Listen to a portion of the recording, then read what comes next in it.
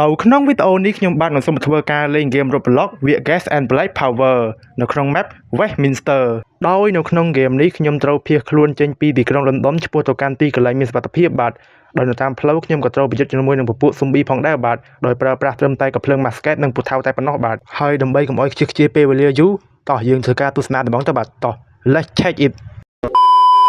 អូខេបាទលោកឃើញថាខ្ញុំបានចូលមកដល់ហ្គេមហើយបាទចំពោះខ្ញុំវិញគឺខ្ញុំគឺជាកងទ័ពបញ្ជាក់ពួកអង់គ្លេសបាទគឺថាពីអាវពណ៌ក្រហមហ្នឹងបាទហើយមើលទៅកាន់ហ្គេមហ្នឹងគឺថាងឹតជួយម៉ាយបាទគឺថាមើលអីមិនចង់ឃើញទេបាទឃើញថាជាមកដំបូងគឺថាលោកអាចារ្យគឺថាគាត់បានងប់មុនគេបងបាទ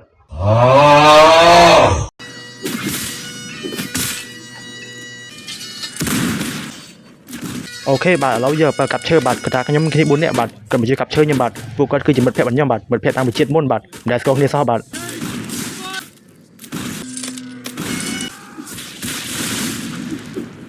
អូខេបាទនៅពេលយើងមកដល់ចំណុចនេះគឺយើងត្រូវធ្វើស្ពានដើម្បីឆ្លងទៅខាងទៀតបាទហើយនៅពេលនៅកន្លែងហ្នឹងគឺខ្ញុំអត់បានជួយទៅអីច្រើនទេបាទត្រូវជួយបាញ់ការពារគេម្នាក់បាទអូខេបាទឥឡូវគេតាគ្នាយើងម្នាក់ក៏បានចុះទេបាទអញ្ចឹងប្រចាំយ៉ាងផងបាទប្រចាំស៊ុំប៊ីចាំលោបាទយើងគ្រាផ្ដាំប្រាប់ទេបាទជូនពោស្តាំងល្អបាទចង់និយាយថាបាញ់មានបាញ់ទេចាបាញ់តបាញ់ព្រាវណាមើលមិនឃើញបាទចាបាញ់ព្រាវហ្នឹងបាទមើលមិនចង់ឃើញទេប្រួយយកងឹតជើមកហ្គេមហ្នឹងអូខេបាទឥឡូវគេថាខ្ញុំបានរស់ឡើងវិញបាទដោយសារមិញខ្ញុំបានងាប់បាទអញ្ចឹងខ្ញុំរស់ឡើងវិញបាទអូខេបាទឥឡូវគេថានៅពេលនេះគឺយើងបានធ្វើដំណើរមកដល់សារមន្ទីរតាំងរូបសត្វទេបាទរូបសត្វដែលគេមិនសត្វហៅសត្វសម្បត្តិនិមិត្តបាទនិយាយទៅចង់និយាយថាហ្គេមហ្នឹងស្បូរពួកអាលីកូចឹងមកហើយក៏ពឹងតែបញ្ចូលឈាមសសក់មានអាឈួតនេះមកគប់ភ្លើងដែរឯងយីឈួតទេម៉ៃពួកអាហ្នឹងជុំម៉ៃអាពួកសំរីសាហាវលែគ្នាវាពីអ្នកព្រុតខំខ្ញុំបោកដល់យីទៅ1 បូក 2ប្រយអូខេបាទឥឡូវខ្ញុំឆ្លងពឹសស៊ុំប៊ីបាទគឺថាស៊ុំប៊ីបានខំខ្ញុំមិញបាទឥឡូវគឺថា screen ខ្ញុំថាក្រហមមើលអត់ឃើញបងក្រហមងឹតប្រដ ாய் បាទនេះគឺជាបទពិសោធន៍នៅពេលដែលយើងបែកថ្នាំបាទគឺថាយើងសម័យគេរូបភាពចឹងឯងបាទទីបំផុតខ្ញុំបានខ្លែងខ្លួនខ្លាចជាស៊ុំប៊ីបានសម្រេចហើយបាទបន្ទាប់ពីវេទនាអស់រយៈពេលជិតកន្លះម៉ោងក្រោយមកពួកយើងក៏បានទៅជួបនឹងបុរសម្នាក់ដែលគាត់មានឈ្មោះថាលោក Wellington ដោយលោក Wellington ខ្ញុំបាន research មើល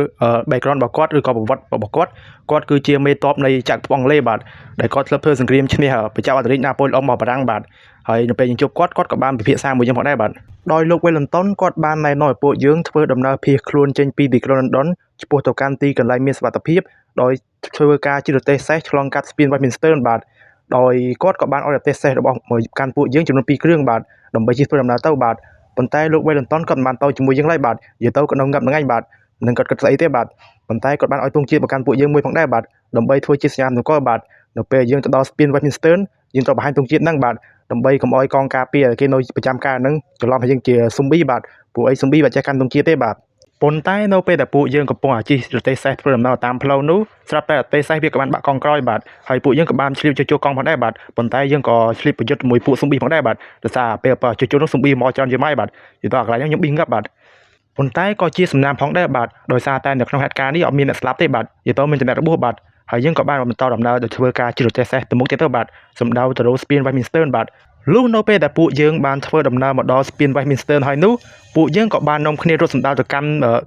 ខាងត្រយម្ខាងទៀតបាទដើម្បីទៅរកកន្លែងមានសុវត្ថិភាពបាទដោយពួកយើងក៏បានកាន់ទង់ជាតិធ្វើជាសញ្ញាសម្គាល់ផងដែរបាទដើម្បីកុំឲ្យកងការពារនៅត្រយម្ខាងទៀតច្រឡំថាយើងស៊ុំប៊ីបាទចំណែកឯកងការពារនៅប្រចាំការត្រយម្ខាងទៀតពួកគាត់ក៏ជួយបាញ់ការពារពួកយើងផងដែរបាទដោយសារតែគាត់សម្គាល់អាទង់ជាតិហ្នឹងឯងបាទបន្ទាប់ពីបានឃើញថាពួកយើងបានឆ្លងមកគ្រប់គ្នាអស់ហើយនោះខាងទាហានឬក៏កងការពារពួកគាត់ក៏បានផ្ទុះស្ពាននឹងចោលតម្រងដែរបាទអាស្ពាន Westminster បាទក៏បានផ្ទុះកតិចចោលបាទដើម្បីកុំឲ្យស៊ុំប៊ីឆ្លងមកតាមដែរបាទហើយហ្គេមរបស់ពួកយើងក៏ឈ្នះផងដែរបាទគឺថាអូខេ Mission complete ជាចុងក្រោយក៏សូមអរគុណអ្នកទាំងអស់គ្នាផងដែរសម្រាប់ការទស្សនាវីដេអូនេះតាំងពីដើមដល់ចប់បើពេញចិត្តការលេងហ្គេម Roblox សូមកុំភ្លេចជួយពាក្យថា like Subscribe ផងមួយផងបាទក៏ដូចជា comment ថាលេងតបាទចាំមាននឹងលេងហ្គេម Roblox ជាបន្តទៀតបាទ